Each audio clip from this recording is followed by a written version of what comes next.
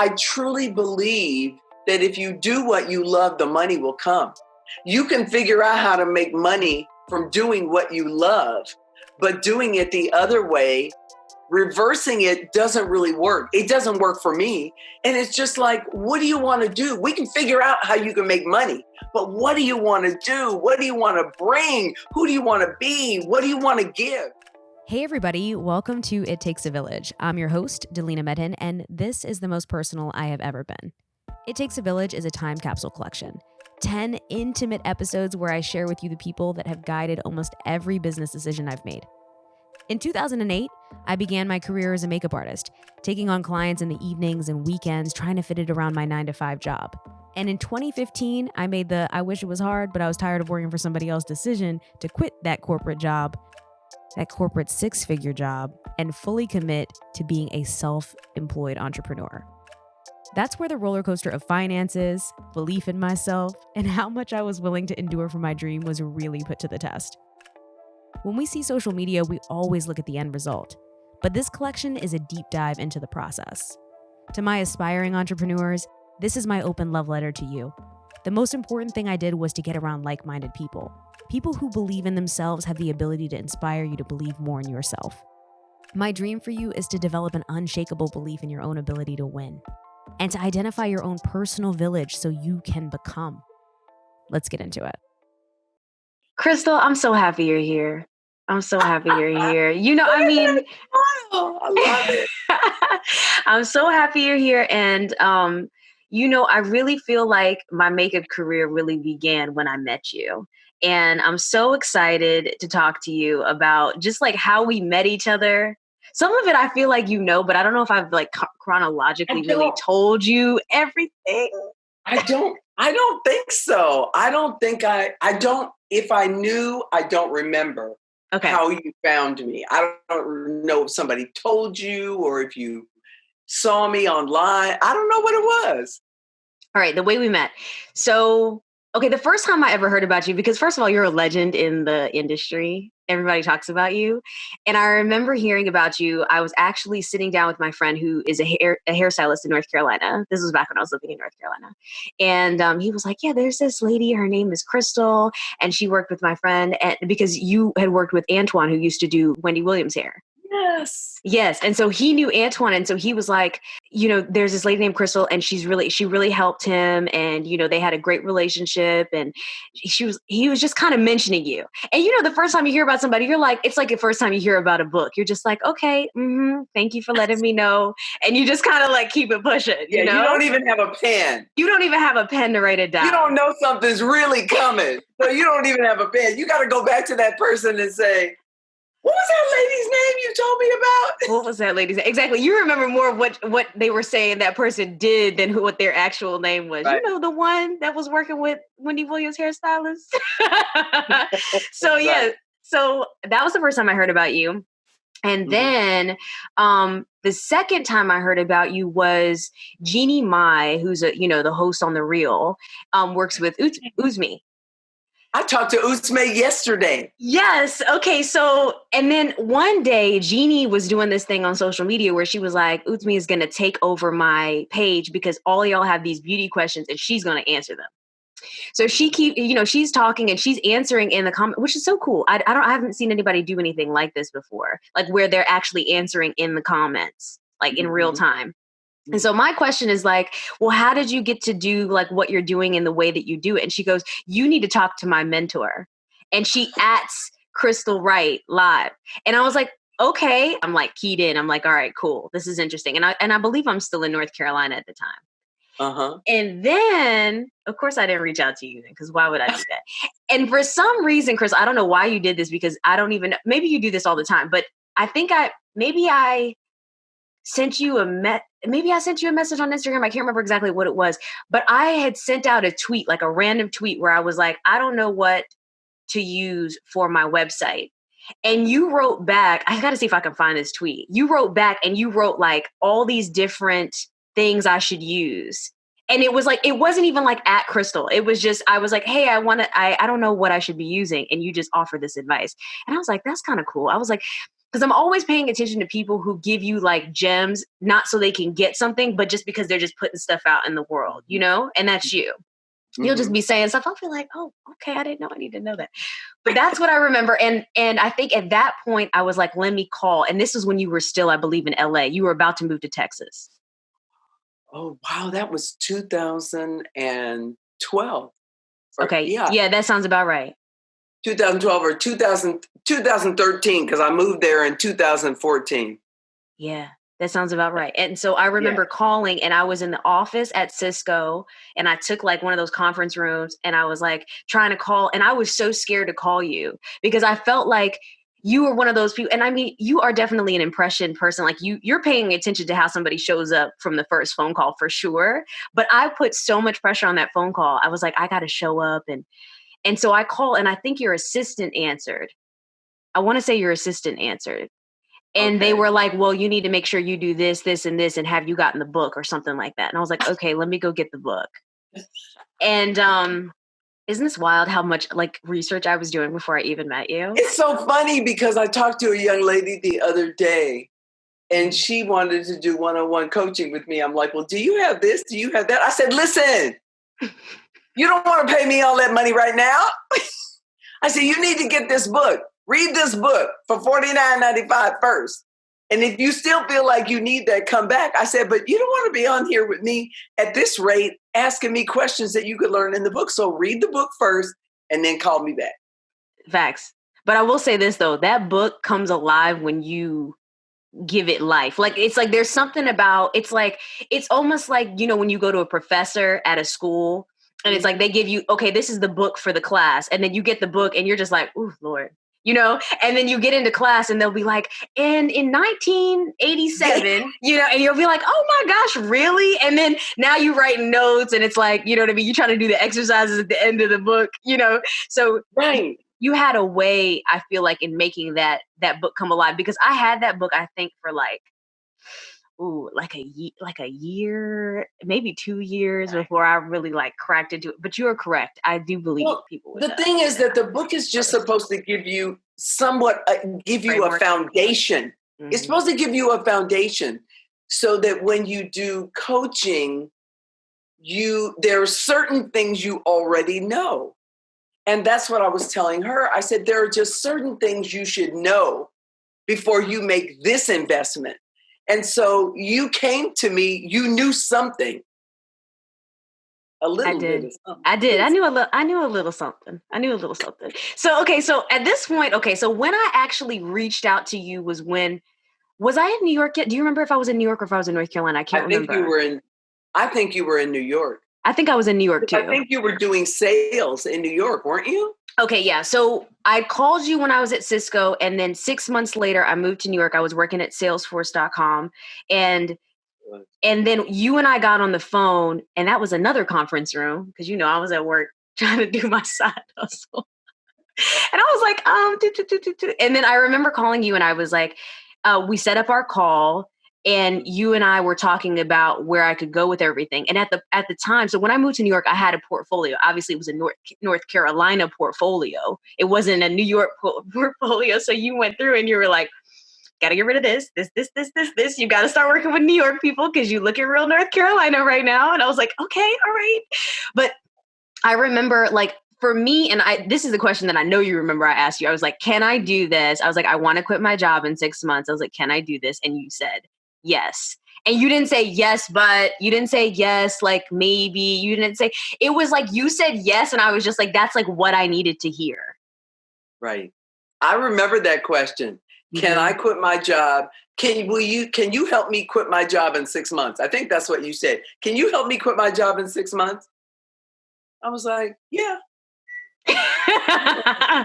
You said it just like that. So confident. You were like, okay. And that was it. You were in. I was in. And the thing was, whatever I told you to do, you just did it. You didn't hesitate. When I talk to people about you, I say, Delina was so brave. I don't know how scared she might have been at the things I was telling her she needed to do. She just did it. I don't know if you were thinking about it, but you were just, I'd say jump and you'd go, right now? Literally. And you just go for it. I remember sending you to FIT, remember? I just go over there. I was like, just go over there and tell them this and this and this. And I think you encountered some security guard and talked your way past that person into, I'm like, because you need some fashion stylist. Right? Wasn't it fashion stylist? I'm like, you need to go over there to FIT and just do this and tell them that and say this and talk to this person, go to the department head. And then next thing you know, you had a new friend. Literally. Like, I remember that because I forgot all about that. I literally walked in there and I was like, I'm looking for fashion stylists. I was like, let's go. But you know what it was? I feel like there was something about your conviction in what you know. And I felt, this is something that I started to enact now a little bit more, but there's a trust almost that there was a trust that was there before I even knew you. I knew who you were because of what you had done. And I knew that you knew what you were talking about. You have a very confident talk, but there's a lot of people who can talk, right? But you have receipts. Like I've worked with these people. I've done this, I've done that. And you and I also bonded, I think, on this similar background of sales. Like you worked at Xerox.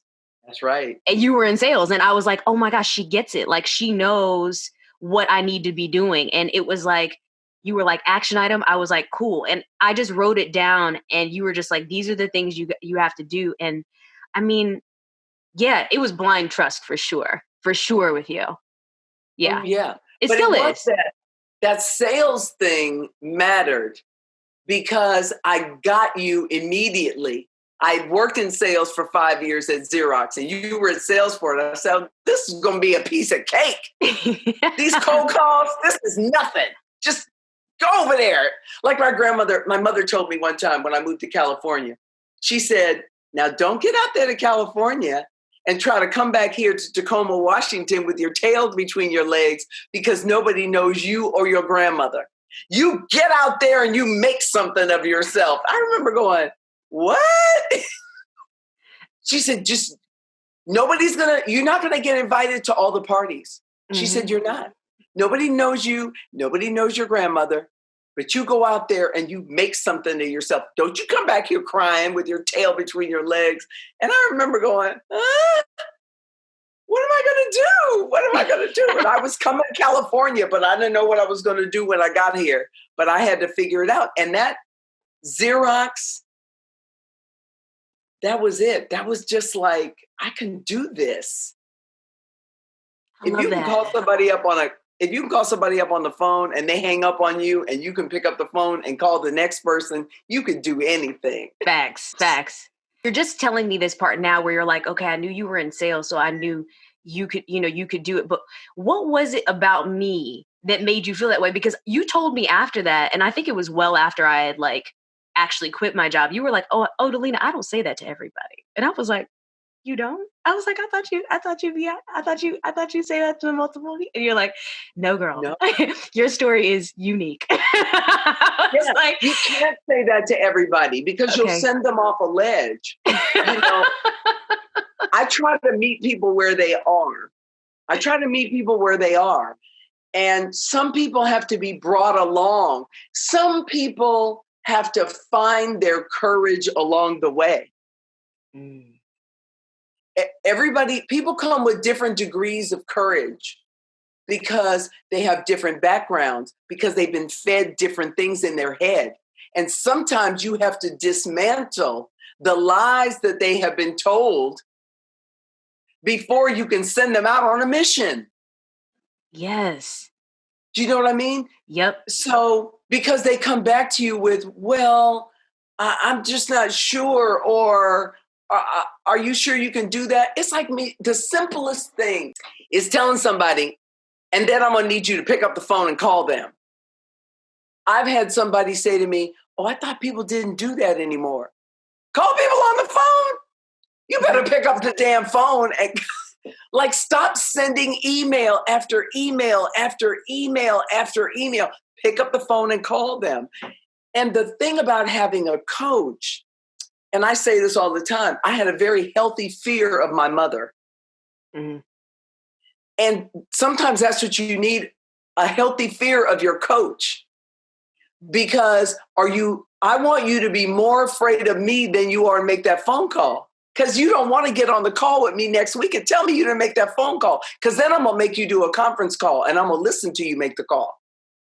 You know, when this is the thing, I don't know if I want to say fear driven, because I'm not actually inspired by fear at all. It's more of like, I think I really wanted you to be proud of me. Like, I really wanted you to be like, wow, like Delina really is listening. I also knew that was how I would build trust with you. Like, if you told me what to do, I came back and didn't do it, you'd be like, I'm gonna just go tell you to do the thing and just told you to do that. Okay, you know, why are we talking? Because you haven't even finished the thing I gave you last week. So now, so I felt like, I knew you were a trustworthy person.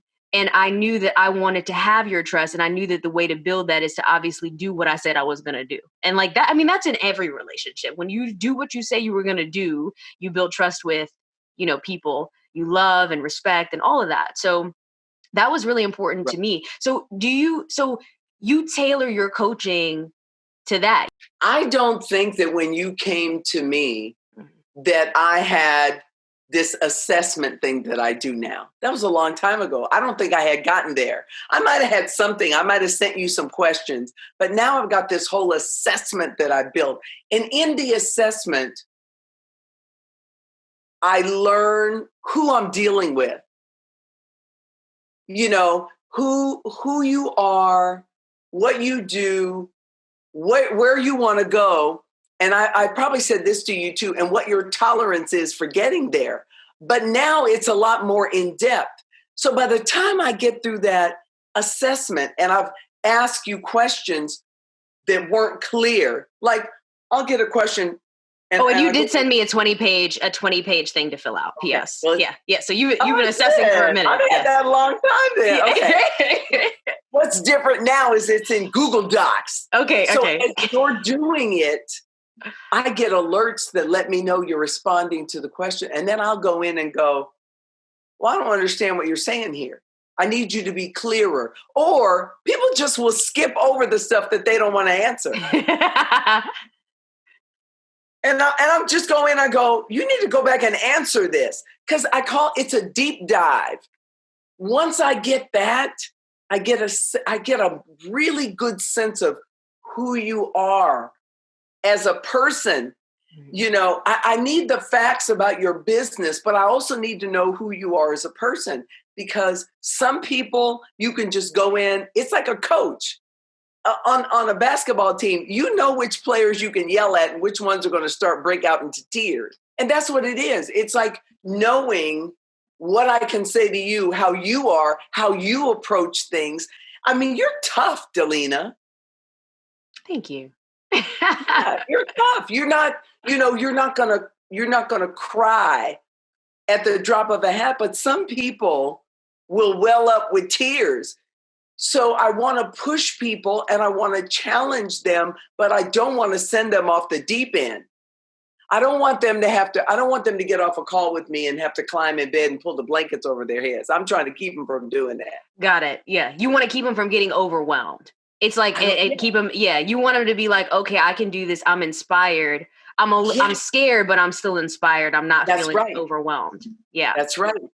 You can be a little scared because I'm asking you to do things that you're not used to doing, or you thought you shouldn't do because somebody else told you.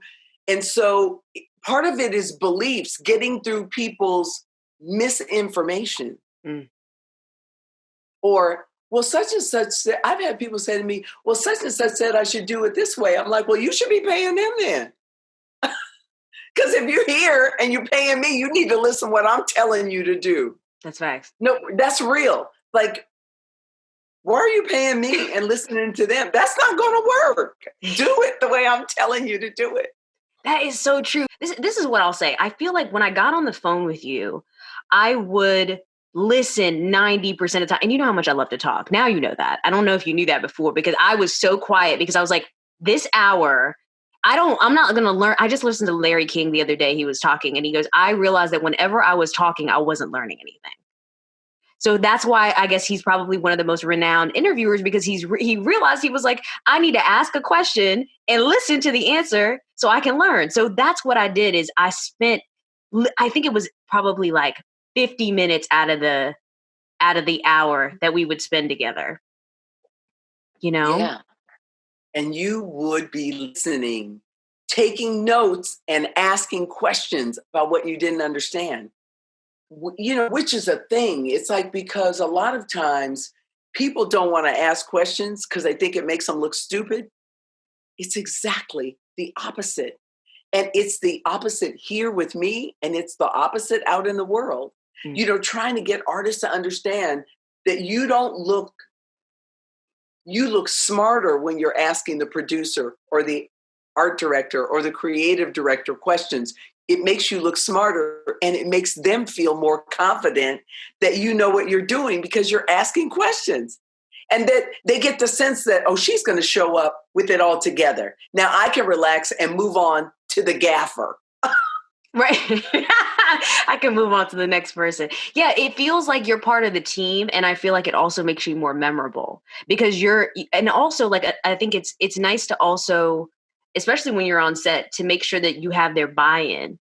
Like, hey, I'm thinking about going this direction. Like, they're already telling you where they want to go, but you're like, okay, so what about this? What about if we use this color and do it that way? And they're like, oh, okay. So now you're having a dialogue, and they're like, oh, I feel comfortable. I feel confident in this person.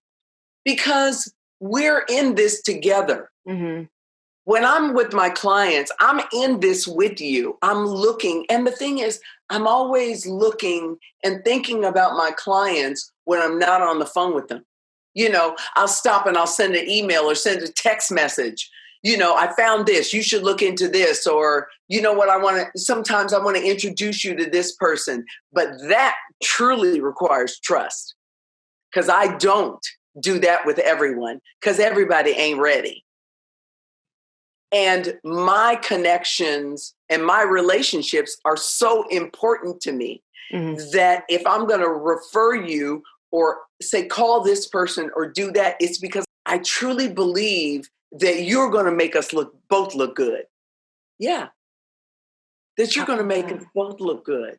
Yeah. Something that I'm realizing here, and I don't know if I identified it back in the day, but I think it was still something that drove me, is that like money has always obviously been important to me. I think it's important to you. We talk about, making money and growing money and things like that. But I think that you and I both lead with passion before money. Like, we won't do anything, a project or whatever it is, if we're not passionate about it. Like, have you always been like that? Yeah. I mean, I like money and I like making money. Same. But I always think about, and I didn't learn this until recently, Stewie said this, money buys you choice. I heard something the other day, I wrote it down. Somebody said, I circulate my money. I'm using my money. I don't wake up in the morning thinking about money. I wake up in the morning thinking about how I can make a difference. I wake up in the morning thinking about how I can make something that I'm already doing better. So, but I need the money because I like nice things. Right. You know what I mean? But I wake up thinking about, how can I help somebody? How can I improve something? How can I make an impact for this person? I don't wake up in the morning thinking about money. That would be awfully boring. That's what I think is really interesting, is I feel like I've realized as I've kind of grown in this career, I mean, being in the entertainment industry, I think that's always the kind of like elephant in the room, right? Like, some people are more attracted to what kind of money they can make versus staying in their purpose. And I think that because you and I are aligned in passion and purpose, I think that when you directed me, you were like, Delina, like, it was always, Delina, what do you want to do? Like, it wasn't like, how much money do you want to make? Where do you want to live? Where do you want to, it wasn't like this kind of like grandiose kind of idea. It's like, listen, that's going to come. What do you want to do? Where do you want to focus? These are the different areas of the business. I truly believe that if you do what you love, the money will come. You can figure out how to make money from doing what you love, but doing it the other way reversing it doesn't really work. It doesn't work for me. And it's just like, what do you want to do? We can figure out how you can make money, but what do you want to do? What do you want to bring? Who do you want to be? What do you want to give?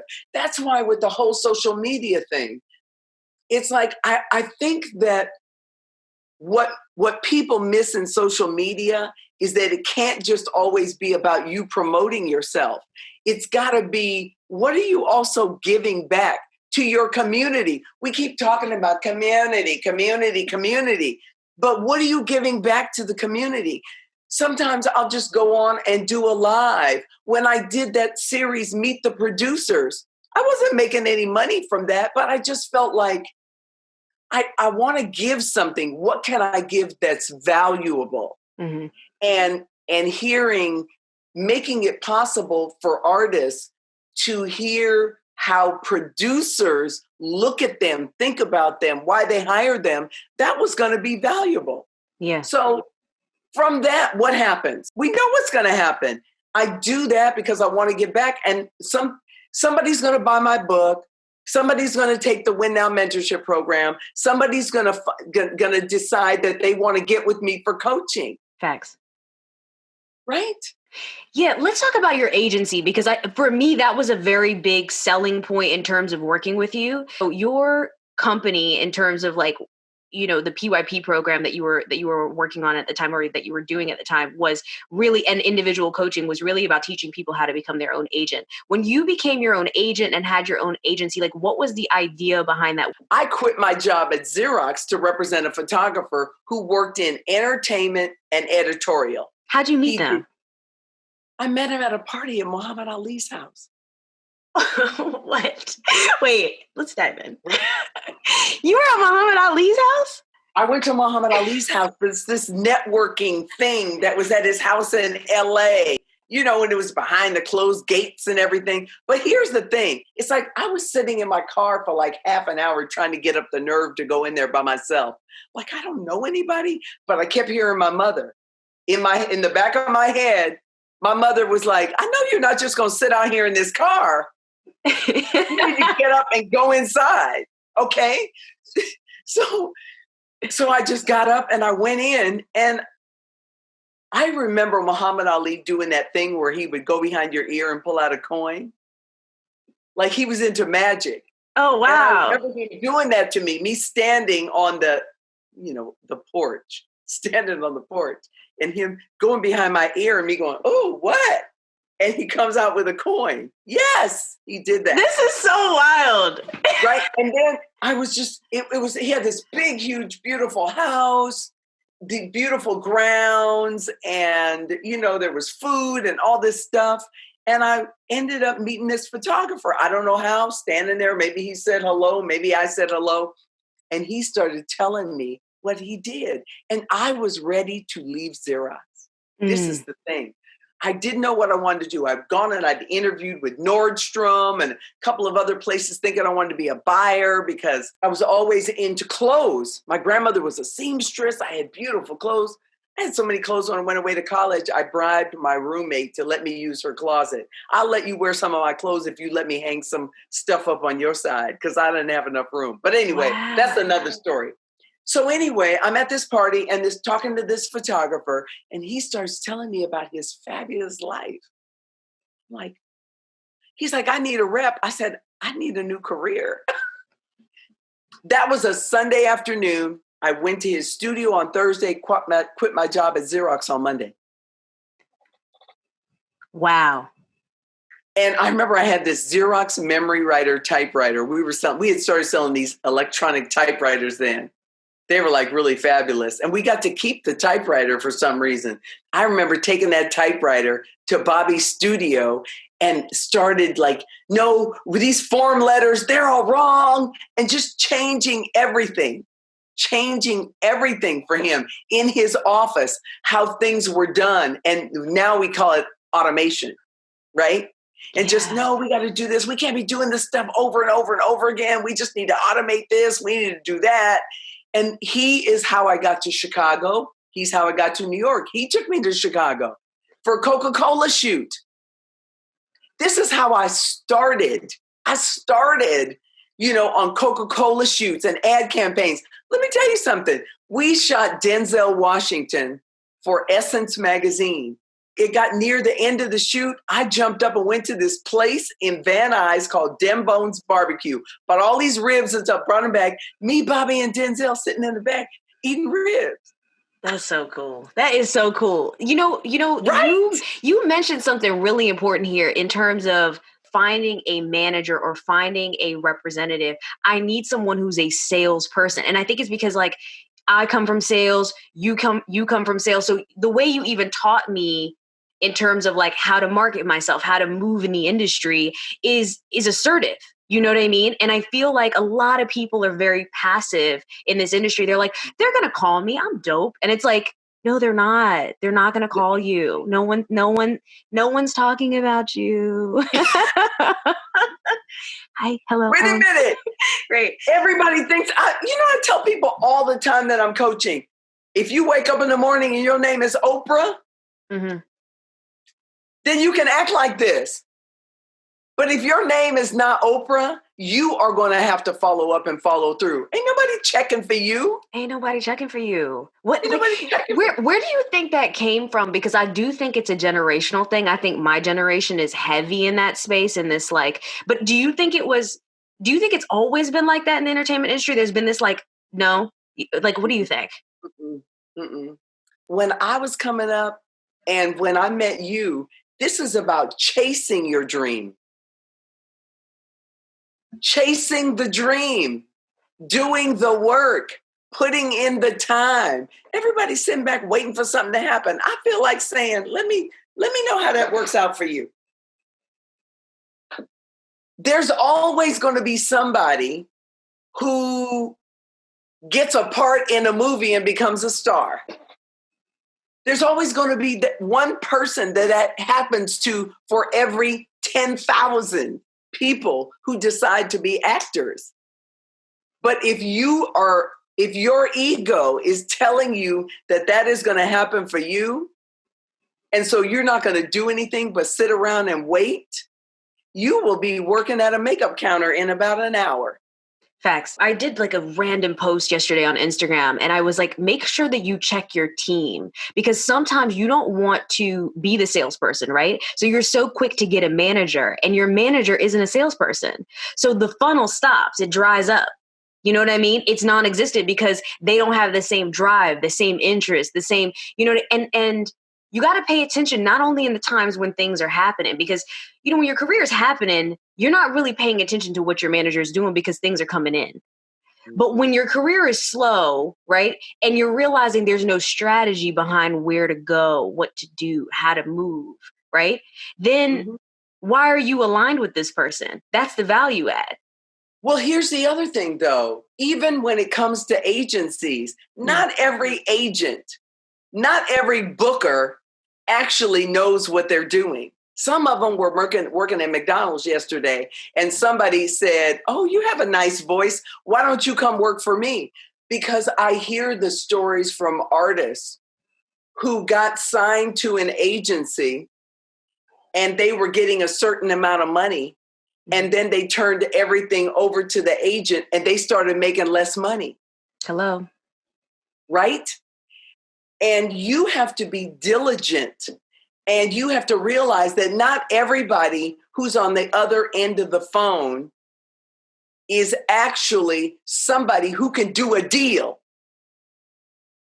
There is not everybody. And I've heard artists, I'm taking this back because you have these clients, you've been getting paid in 21 days, 14 days, 21 days. Now you get an agent and you're not seeing your money for 30 days, 45 days, 60 days, but you're afraid to call and say, I don't know what's going on, but this client has always paid me in 14 days or always paid me in 21 days. And people get very timid with their agents because they feel like they arrived and now they have to just sit and wait and hope everything goes okay. No, now you're not advocating for yourself. Right. And your agent should be... The thing about you, Delina, the thing about you And I think the thing about coming up in sales is that you get used to having those meetings with your sales manager because they want to know, where are the orders? Hello. Where are Monday the orders? morning, what's happening with all these clients? Yeah, let's go through exactly. them. You know what? You're slipping. You're only 89% of plan. What's up? Right? But the thing is, when you get an agent, first of all, if you've worked hard enough to build your clientele, and an agent wants you, because agents want people who have clients. Let's just be real about it. And there's nothing wrong with that. Everybody wants a winner.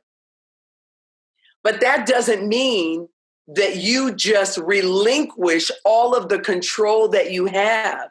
It's like if you're going to turn your clients over to somebody because you're doing that in return for them getting you bigger and better jobs, because it's a relationship and relationships are reciprocal, then you should have sat down with them and said, okay, so now let's talk about my clients, how I work with them and how they pay.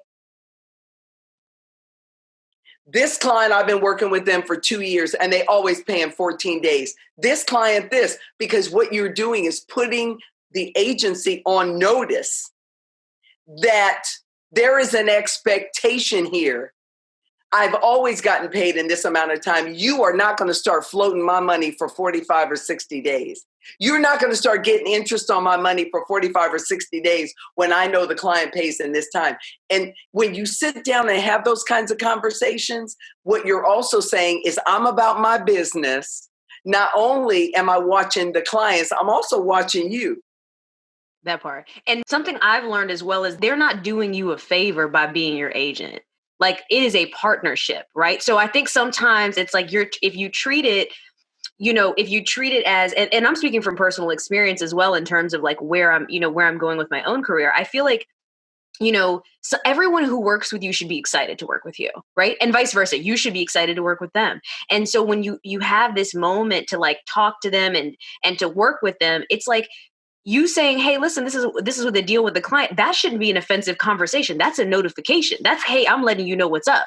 And if anyone is offended by that, they're not the right agent. Because, right? Because at the end of the day, this is business. And it's like, yes, obviously I want to be friendly with my agent and friendly with the people that I work with. And I'm going to be humane and honest and kind and all those things to the people I work with, just like I am with everyone else in my life. But at the end of the day, we are connected because of the money. We are connected because of the business. And that part has to be done right. So, you know what I mean? Right. Yeah. Right. And we're connected. You're connected to the agent because of your potential. Right.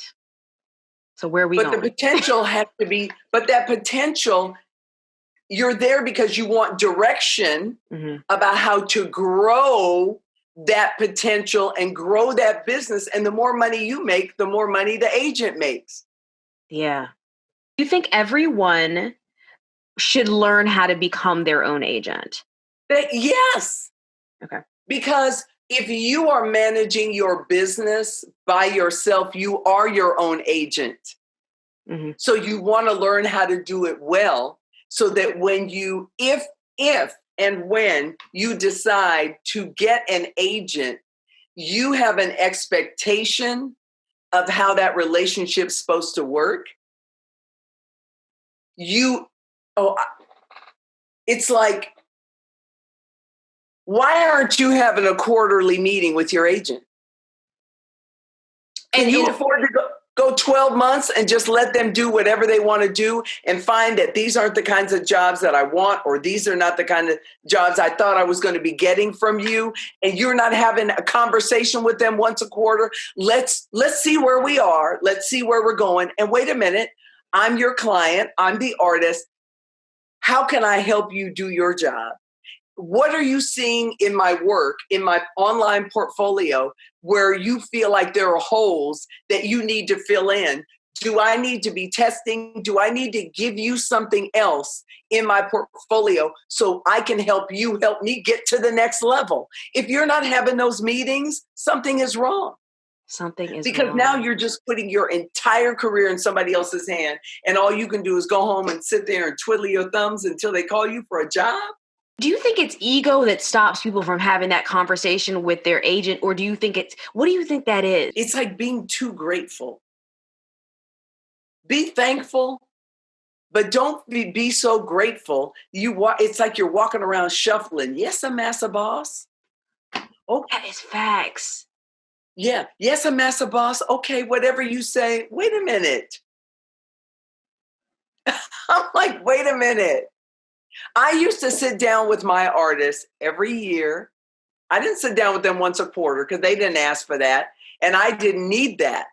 But I still think that's a good thing to do. For some people, it would be once a quarter. For some people, it would be twice a year. But I would sit down with them and I would send them in the mail. This was back in the mail days, a sheet. And I'd say, what recording artists would you like to work with next year? What magazines do you want to work on next year? What ad campaigns do you want to work on next year? Because it gave me as an agent something to aim at for them. Yes, I was going to be going out and getting them jobs, but in order for the client, the artist, to feel satisfied at the end of the year, I needed them to be able to look at that list and to be able to say, you know what, I do want to stay here with Crystal Agency. Because on my list, I had these 5 magazines and 5 celebrities and 5 recording artists. And she got me these 2 recording artists, this 1 magazine, and this 1 ad campaign, along with the other jobs I got. But I wanted the artist to feel like I was listening. It's like you saying, when you were talking, Crystal, I was listening. When my artists are talking, I'm listening, because I don't want to get to the end of the year to hear them say, well, I don't want to really re-sign with you. It sounds like you were actively pitching. Oh, yes. Oh, yes. Mm-hmm. And see, this is the thing. It's so funny. There's an artist. He's a hair and makeup artist. His name is Clark Vincent. That's a nice name. And every once in a while, he calls me up and he says, you know what, Crystal? He said, I didn't really get it then.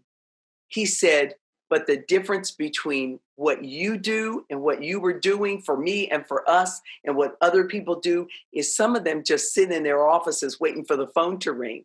But you were going out and actively pitching to producers and pitching to art directors. And yes, I used to go to New York 4 times a year, stay in a hotel and go around and see everybody. I used to go and see them. I wanted my face and my presence to be known, and now there's not as much of that as there was, and this is where this idea that nobody sees anybody anymore, it's a lie. I'm not saying it's as easy as it used to be, but people do see people. People do take appointments. Hey, but sometimes it's like, if I was going to see somebody, I'd call them up and say, hey, listen, I'm on my way. I'm going to be there at 10 o'clock, but I'm going to stop at Starbucks. Can I bring you something? Stop showing up empty-handed. It's like the person who doesn't know etiquette shows up to your house for a cocktail party empty-handed. Like, where's your bottle of wine? So don't show up empty-handed. And ask for the appointment. Ask for it. If they're on the phone, say, you know what? I'd really love to put a face with the name. This was always the line. You know what? I'm going to be right around the corner from you at about 11 o'clock today. Can I just stop by? I love that. That's a good one. Yeah. That's a really good one. And maybe you weren't going to be around the corner at 11 o'clock, but you can be around the corner at 11 o'clock. You can be now. And I think that I think this is the thing. This is what I'll say. So when I was in sales, when I was working at Cisco, when I was working at Salesforce.com, I learned how to sell. I learned relationships, but I was never as excited about what I was selling. What I feel like you were able to do is you were able to kind of marry the idea of the sales techniques and things that I've learned with the actual thing that I was passionate about. So it just started to make sense. And it was very I didn't create another plan. There was no plan B. It was just plan A. You know what I mean? And that. Totally. I remember you saying that. You're like, my plan B is to make plan A work. Right. Okay. Because the thing is, it's too easy. New York is hard. New York is really hard. And I mean, people don't make it here all the time. And a lot of times they don't make it here because they have one toe in and one toe out.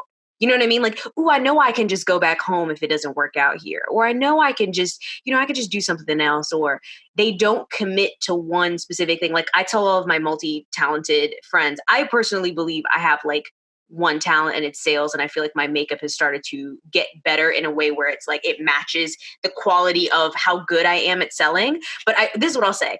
I think that if you don't choose the thing that you want to do, you get lost in the sauce because you start being like, oh, I'm going to do this today. I'll do that tomorrow. I'll do that. It like master of none, jack of all trades kind of thing. It's just. The thing you just said, though, is that New York is hard. LA is hard for people who are lazy. Iowa is going to be hard if you don't want to do the work. Okay, Chicago is going to be hard if you don't want to do the work. It's just more expensive in New York. I remember Jennifer McDougall. Remember, she lived in Canada and she came here. And when she took the workshop, she said, I'm going to move to New York. And I said, when? She said, oh, I don't know. I said, then you're not serious. And when she moved to New York, I remember having a conversation with her one time and she said, do you know why I got this expensive apartment? I said, no, why? She's because I wanted to make sure I had a reason to get up in the morning. I had to pay this rent. That's facts, though. She's so right. Yeah. So she created a scenario for herself that forced her. She knows herself. I'm going to put myself into a situation where I have to get up every morning and do what Crystal taught me to do. To make it happen. It was like me moving to LA and not knowing anybody. I had to make it happen. Because you did that for 20 years and then you decided to start teaching artists. Was that a natural progression? Or like, did you think that was what you were going to do when you left? Or was it like, these people keep calling me, I got to teach them how to do this themselves? The thing is, I started teaching them how to do it while I still had the agency. Okay. Because first came the book. First, I came downstairs one day and announced, because I dreamed it. That career guide, I dreamed it. Wow. And I woke up in the middle of the night and I drew it on a napkin. I still have the napkin. I drew exactly the way it looks today. Well, it looks a little bit different, this 7th edition. But those first 6 editions with the sides, that's how I drew it on the napkin.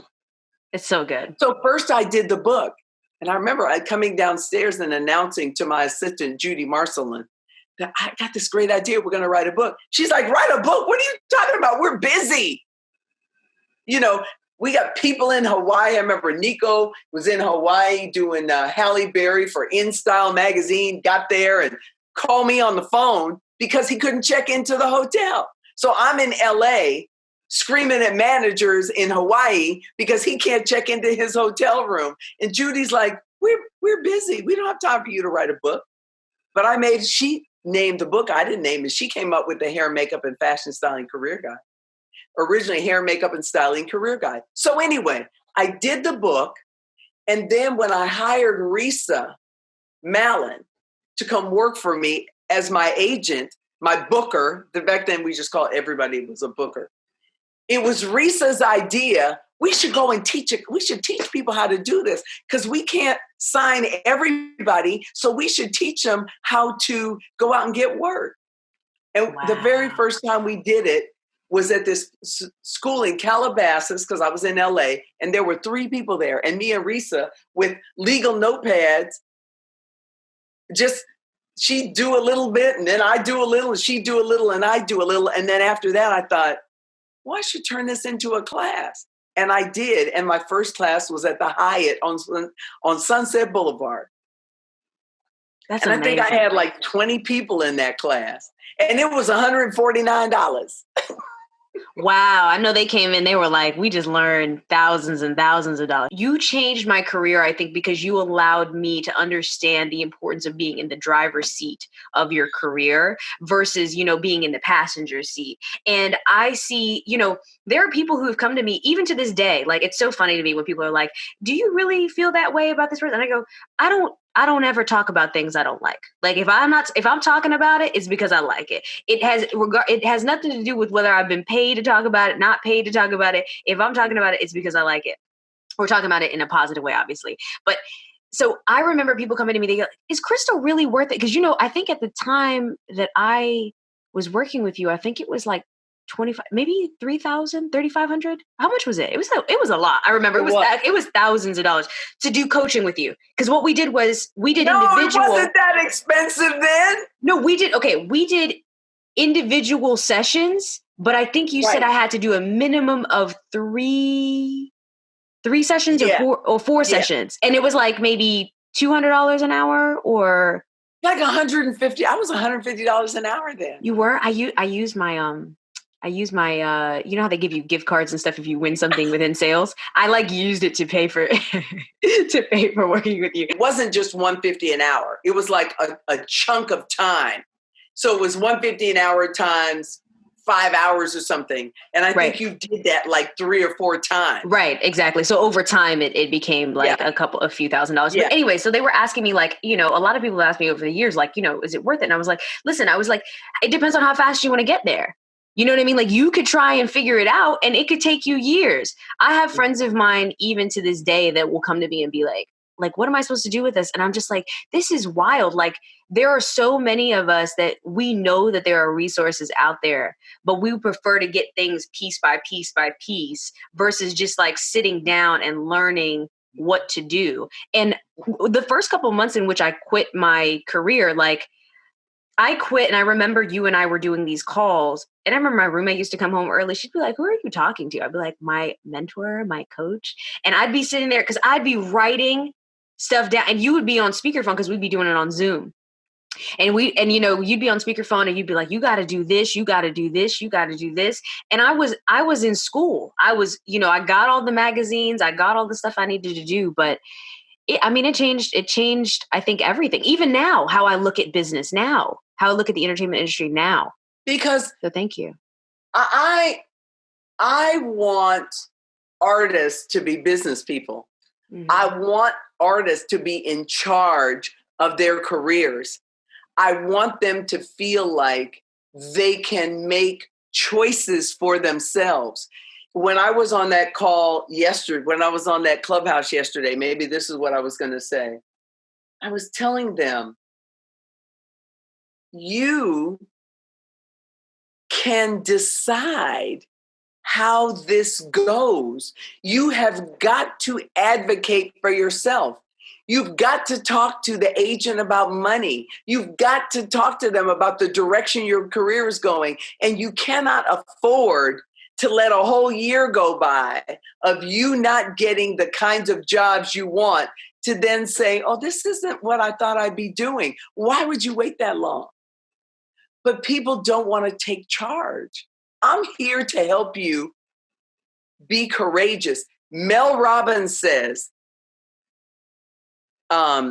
self-confidence is built with small acts of everyday courage. I'm here to help you take those steps, those small acts of everyday courage, whatever it is. I coach people who have agents, and they will call me and talk to me before they talk to their agents. Oh, yeah. I will tell them what to say, how to say it, when they should make the call, what they should do. Yes, it's like negotiating. An agent will present you with a contract, and the contract says you got to sign with them for 2 years.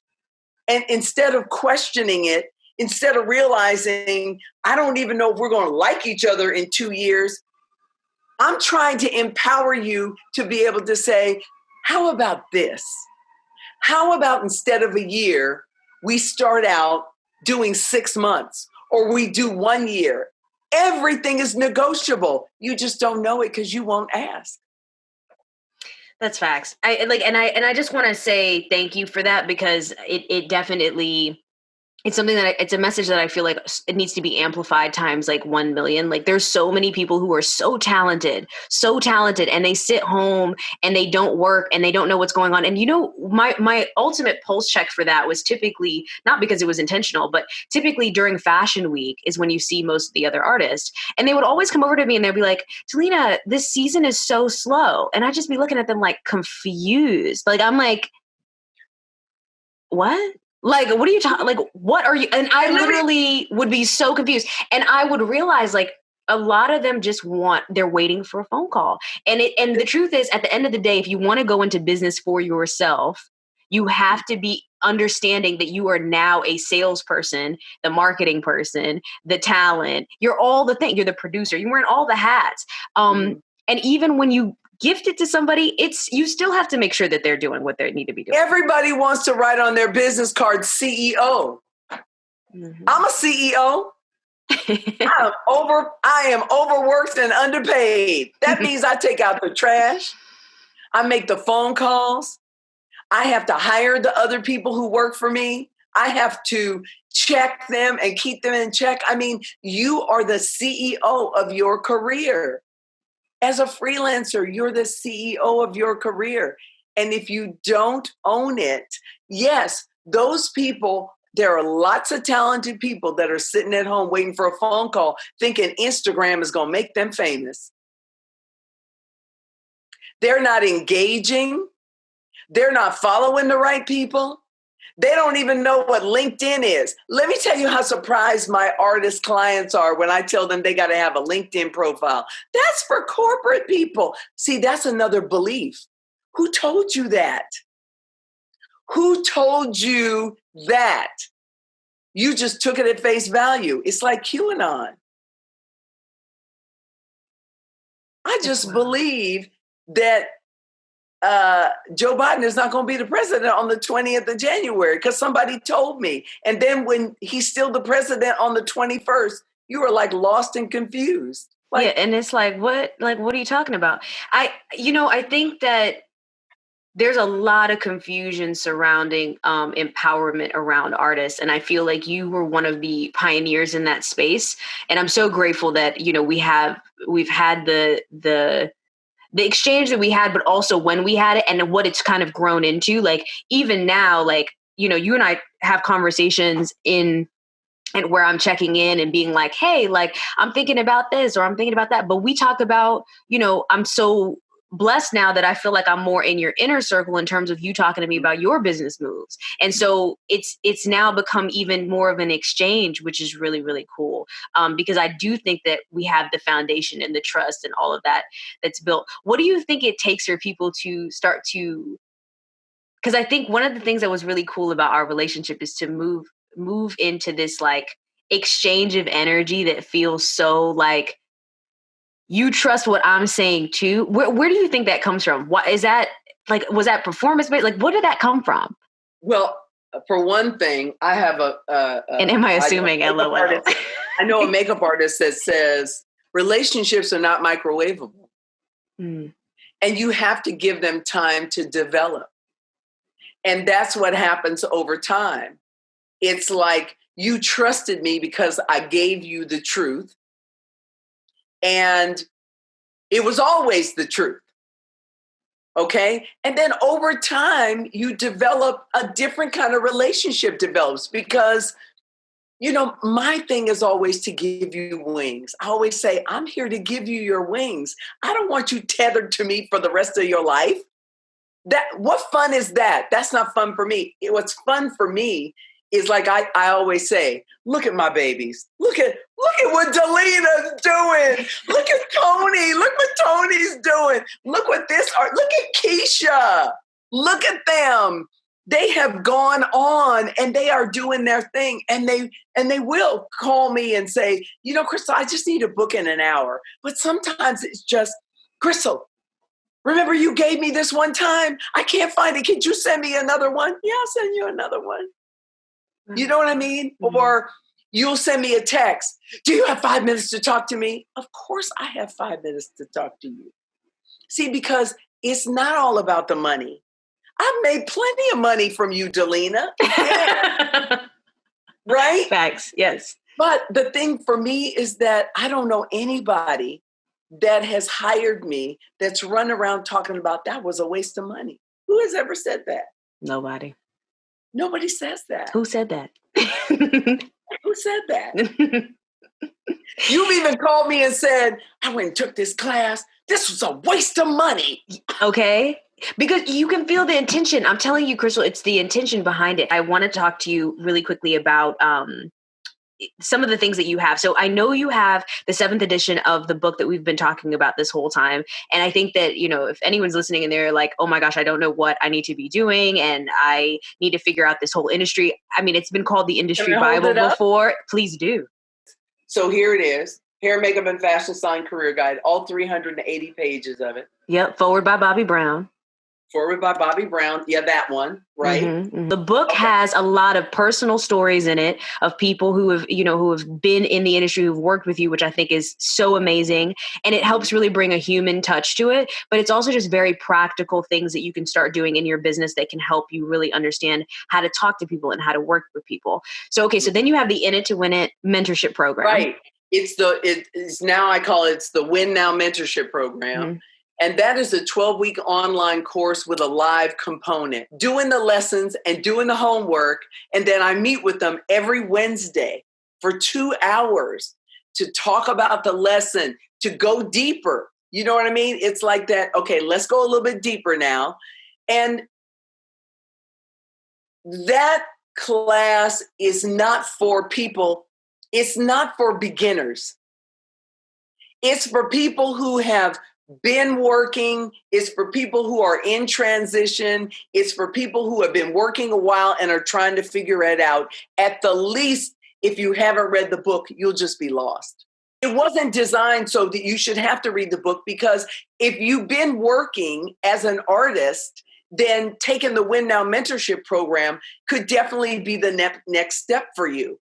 I get a lot of artists who have done the Win Now Mentorship Program and then decide to do one-on-one coaching with me, because now they want something that's tailored for them and their specific desires and where they want to go. They want their own plan, and that's what I'm going to give them. I'm going to give them a step-by-step plan. And that's where I thrive too. Like the one-on-one for me was perfect, because it was, let's set up a time at this week, this time. Then we would literally decide together how much time I would need to get these things accomplished. And then we would set up our next one, which I feel I work the best in that type of environment. And I'll say this to you, because you're so driven, that works for you. But what I found was everybody's not Delina. Okay. This is what I'm asking you to do. And I would say to you, how long is it going to take you to do this? And you look at that list and you go, I think I can get that done in about 8 days or 10 days. Okay, then we schedule our next appointment. But with a lot of people, I meet with them every single week now, because if they're not meeting with me every single week, all they do is push that list out, push that list out, push that list out. But when they have a set time, but that again is me meeting you where you are. Some people, I have one young lady who's a makeup artist, and I met with her every week for 12 weeks. And then she re-upped with me, and now we meet every 2 weeks. Got it. So it just depends. It's like I have to be flexible, because I have to figure out sort of what your rhythm is. Do you know what I mean? Like, what is your rhythm? But if I find that rhythm is pushing things out 2 or 3 weeks, then I drop the hammer. I love that, because I think it's important. There are options to meet you where you are, which is that, just to repeat what you said, that's perfect. So everybody's able to do that. Thank you so much, Crystal. You're the best. I really appreciate you doing this with me. You know how much I love and respect you. And I'm just so grateful that you made the time to do this. I know how valuable your time is. So I'm very grateful. So thank you. Well, I'm so excited that you invited me to do it, because I love you for real. I love you back. For real. I'm watching everything you do. I love you back. Taking credit for some of it. Go ahead, take credit for it. Right? Listen, I send people to you all the time, Crystal. You already know. Wait a minute. I'll be in the car with Stewie. I'll be like, look at Delina. Oh my God, my baby. I'm like in the UK sending you a text message. I'm like, oh, that was so good. That was so good. Thank you so much. I appreciate that so much from you. Thank you for doing that. You're and welcome. I will talk to you soon. Thank you so much. Love you. You're welcome. Love you too. Bye. Bye. Thank you so much for listening to It Takes a Village. Be sure to check out the show notes for more details on how to follow and connect with Crystal Wright. It Takes a Village was produced by Tanny Productions. The team includes Britt Robbins, Delisha Dixon, and Maria Verhel de Jos. Our theme music is by B. Nick. If you like this conversation, subscribe right now so you don't miss our next episode coming to you very soon. Follow us on Instagram at Delina Medhin Presents, where you'll see and hear more clips from the podcast that didn't make it into the episode. And follow me at Delina Medhin. Thank you so much for listening, and I'll talk to you soon.